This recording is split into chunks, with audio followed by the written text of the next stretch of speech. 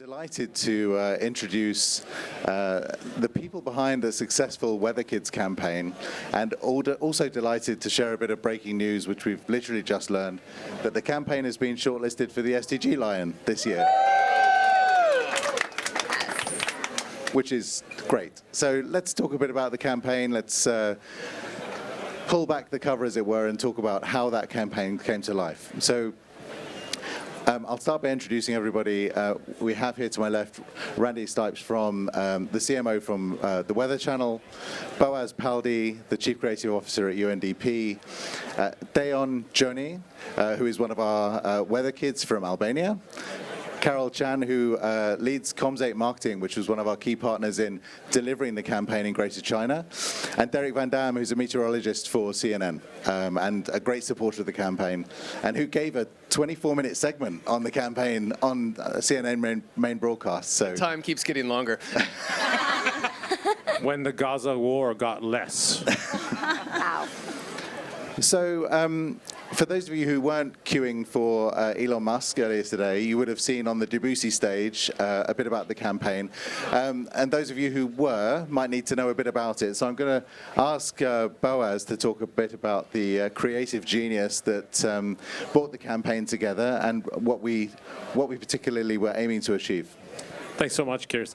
So the Weather Kids campaign has a very simple premise. We want to very clearly illustrate the cost of the climate emergency to the next generations. It's not us necessarily, except Deon, that will suffer the most consequences of the climate emergency, but our children, our children's children, all future generations are going to be living with the decisions that we make today.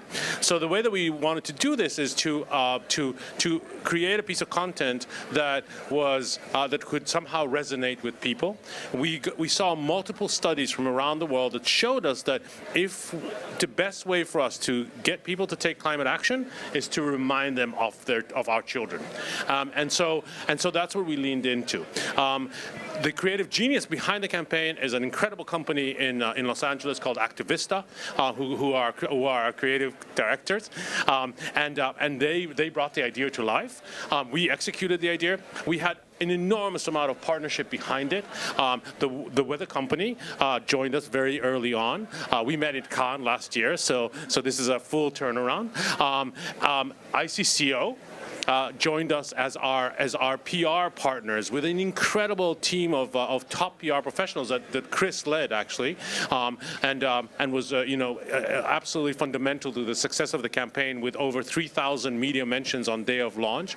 We brought in WMO, the World Meteorological Organization, to bring this to Met offices all over the world, and we launched in 87 countries on a single day with over 400 broadcasters using the Weather Kids as part of their weather forecast, including, of course, CNN and the weather company. So that's the idea behind it. It's a very simple idea: to get people aware of the climate emergency and ask them to take action. To all of us come together and take action. Thanks, Boaz. And as Boaz said, partnership was such an important part of the success of this campaign. And Randi, the weather company is such a respected and authoritative voice when it comes to both weather and climate. And this partnership was really important to the campaign. Maybe you could tell us a bit about why you particularly wanted to commit to the campaign and what you felt you brought to it. Yeah. Like Boaz says, this is really a full circle moment. I mean, think about all the conversations that we have in a given day here at Cannes Lions. And let's be honest, some we follow up on, some we don't. Best follow-up ever with Weather Kids. Follow up on your conversations from Cannes. They really can make an impact. But listen, at the Weather Company, and let me clarify, the Weather Company, our flagship consumer property is the Weather Channel. So that's the clarity there. Hopefully all of you are looking at the app today, given our insane, volatile weather. It's just supposed to sprinkle, nothing too bad. You can fact check me on that later, Derek. I've been watching. But when at the Weather Channel, what we're finding is that consumers are beginning to better understand that our climate is changing. That might feel very obvious to a lot of you, but climate change, until recently, felt very abstract. It didn't feel relatable. But now, given that our weather is becoming so much more volatile, people are experiencing a change in climate through their everyday weather. And so we became interested and very eager to partner with the UNDP because we feel this tremendous sense of responsibility to help people understand what the weather means for them, to contextualize it. It's sometimes confusing when you just see a piece of data to really understand what that means for your everyday life, whether it is as simple as what do I wear today, what do I plan, how am I planning for the week ahead, or in this case, what's the forecast going to be for 2050? And what do I need to think about, and what are the actions that I can actually take now to make a difference for the next generation? How do we leave the planet in a better place for Deon and for his friends? So we wanted to use our megaphone in a responsible way and in a way that would drive action. And one of the really important parts of that megaphone was the content that you created with UNDP.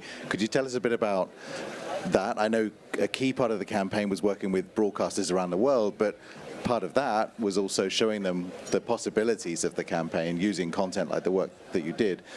Could you elaborate on what that was? Well, we really cannot take credit. This was a full UNDP-driven effort, a phenomenal agency-led effort, creative genius. We were fortunate to just be brought into the fold and collaborate because we do have a good understanding from a weather perspective, and particularly a changing weather perspective, what's the kind of content that is really going to resonate with people? In simple terms, what's going to get them to watch? What's going to get them to click? And having 40 plus years experience with driving audience to really engage with the message, we were so grateful that the UNDP welcomed our expertise. It was really great. We were able to host everyone in our studio in Atlanta, Georgia, in the United States to actually produce and film many of the Weather Kids. And I just realized that perhaps some of you here have not seen the Weather Kids campaign yet, which is a terrible thing, and you have to go and watch it immediately. But weatherkids.org. But if you haven't, the very, very simple idea is that we got kids, Deon's age, to describe the weather in 2050 when they're adults, but from a childlike voice. So for how they understand the weather to be in 2050. It's a small piece of content. It's only a minute and a half long, but to do it as a weather report. And we, one of the things that we always say, not in front of you, but otherwise, we're like, instead of like us pretending to film a weather report, we actually filmed the weather report because we filmed in the weather company's studios in Atlanta. Vico, he's here with the Artery in New York. He's the director of the film and the production behind it, which is incredible. And so kind of the simplicity of the idea is also how we were able to move it forward. And we also we found a small hack that brought us to Derek, because weather reporters all over the world, we discovered, really want to tell the story about climate change, but sometimes they don't have the tools. So we went from door to door to weather reporters all over the world, and that's how we got into 400 broadcasters. Yeah, and I think, Derek, you're representing a lot of meteorologists that really embraced this campaign around the world. Maybe you could tell us a bit about why it was important for you to participate and what really struck a chord with you. Yeah, I think just the fact that climate change impacts everybody, disproportionately so, but impacts everybody. And I'm just going to give a for example. Is there anybody here that's wearing white or tan? We are in the south of France. Is that happening right now? I see some in the back. Okay, right? All right. Where am I going with this? Well, my astute wife, who is in the audience as well, she noticed that our umbrella, which is a white umbrella from you, Randi, has the raindrops that were falling out of the sky, but they were brown. So everybody's getting this brown tint on your clothes right now.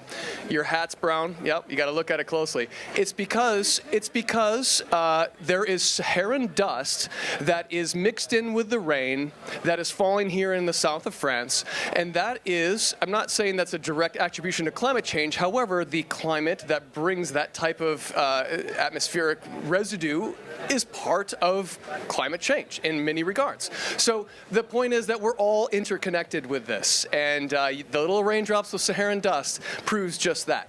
That's my point. My point, being part of this campaign, is that I study this, I report on it, I'm on the front lines of climate change on a daily basis, whether it's getting whipped around in a hurricane, a tornado, a forest fire, a heat wave, or a drought. It's my job to tell the stories of the people who are impacted by climate change. I see it every day. So I stand behind an initiative like this because it helps me amplify the voice of climate change in this story so we can change the needle. This is a good way to do it. Can I chime in for a moment? It's interesting in hearing you talk, this may feel very obvious to all of you, but just indulge me. I think one of the things that truly united us from the very start, this work is rooted in science. Like at the end of the day, even though everyone likes, not everyone, many like to politicize climate change, we all took a critical look at the science, and when you look at the tremendous distribution, I mean, did anyone say no, Boaz? Everyone was on board because the facts speak for themselves. I mean, Randi, you know, on any given day, we are competitors on many regards on the national scale in America, right? The Weather Channel, you've got CNN. And for us to sit next to each other and unite behind a common cause shows the force behind an initiative like this, because we have a larger goal here, and we only are stronger when we're united and together and backing something like this. And something, I'm going to steal a line from Boaz. Boaz talks about this often, but one of the successes of the campaign was that 96% of the way that the media covered this campaign was very positive.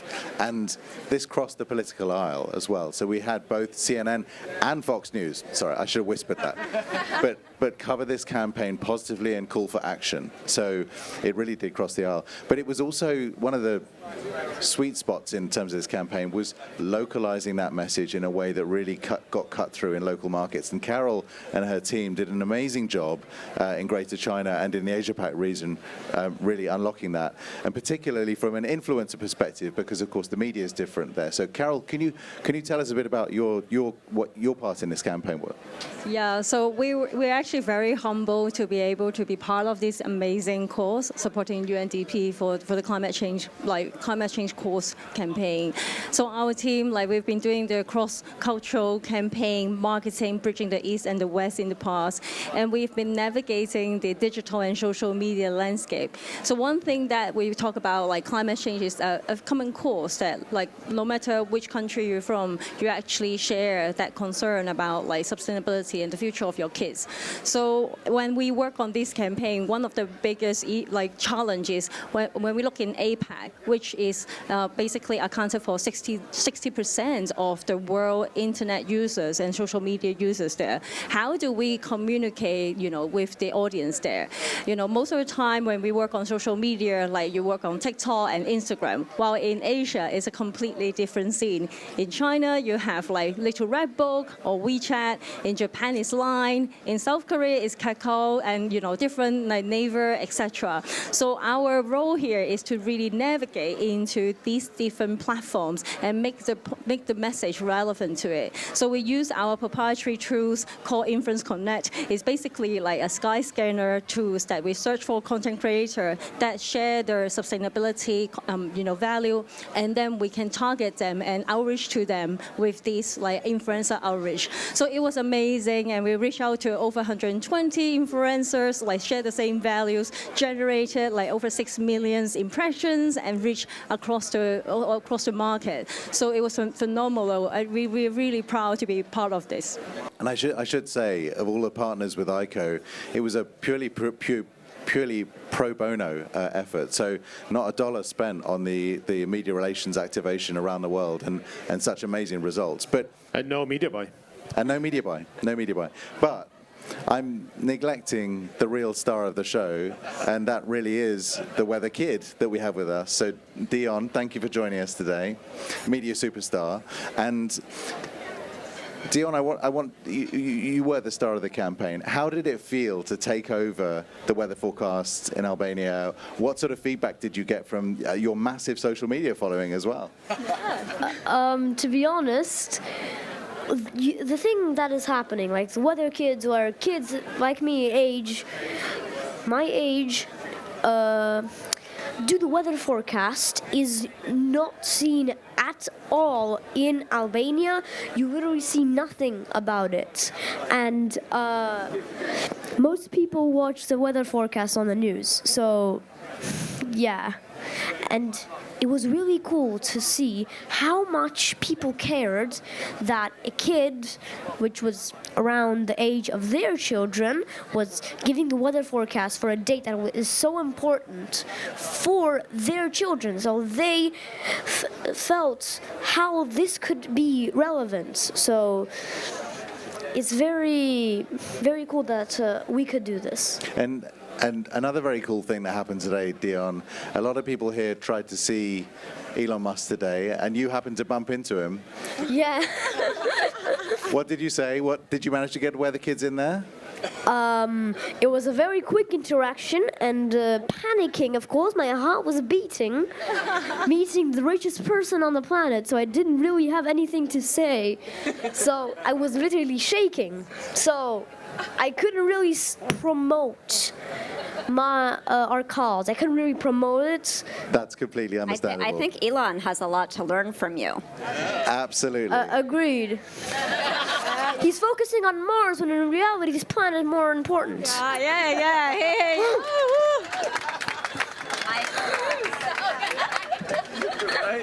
Drop the mic. I couldn't have put it better myself.